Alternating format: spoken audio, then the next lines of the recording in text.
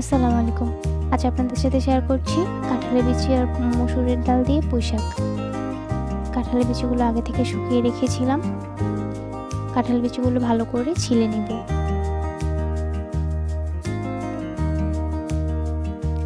ছিলে নেওয়া হয়ে গিয়েছে, এখন 4 ফালি করে নিব।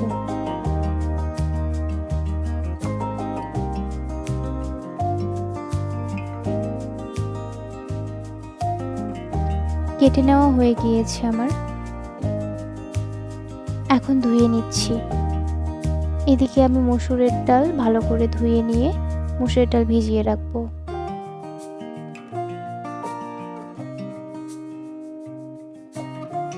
কাঁঠালের বিচিগুলো আধা ভাঙা করে নিব। আমি ব্লেন্ডার ইউজ করছি, আপনারা চাইলে থেতো করে নিতে পারেন।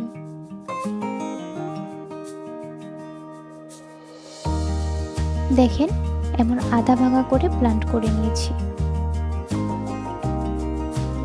এদিকে পুঁইশাকগুলো আমি আগেই ভালো করে ধুয়ে নিয়েছি। এখন একটি প্যানের মধ্যে দেখব তেল গরম হয়েছে, এখানে দিয়ে দিব পেঁয়াজ, রসুন, কাঁচামরিচ। লাল হয়ে আসা পর্যন্ত ভেজে নিব। লাল হয়ে আসলে এখানে 5 ফোড়ন দিয়ে দেব। 5 ফোড়ন দিয়ে 30 সেকেন্ডের মতো একটু ভেজে নিয়ে এখন এখানে শাকগুলো দিয়ে দিব।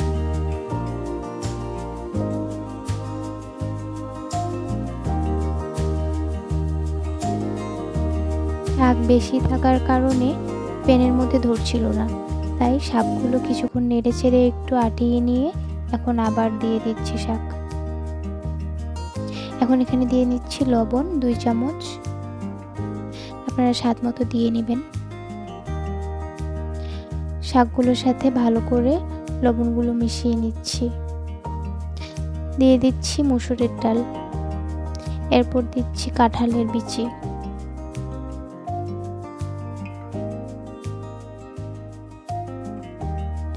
দিয়ে নিচ্ছি জিরা 1 চামচ, দিয়ে সবগুলো নেড়েচেড়ে ভালোভাবে মিশিয়ে নিব।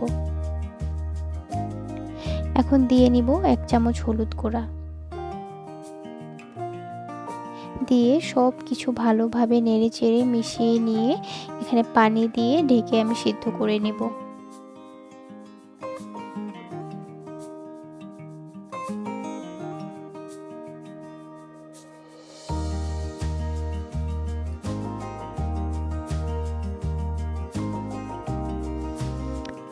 শাকগুলো 90% মতো সিদ্ধ হয়ে গিয়েছে। নেড়ে চেড়ে কিছুক্ষণ এভাবে কষিয়ে নিব, নিলেই বাকিটুকু সিদ্ধ হয়ে যাবে। রান্না হয়ে গেল মসুরের ডাল আর কাঁঠালের বিচি দিয়ে মজাদার এই পুঁইশাকের রেসিপি।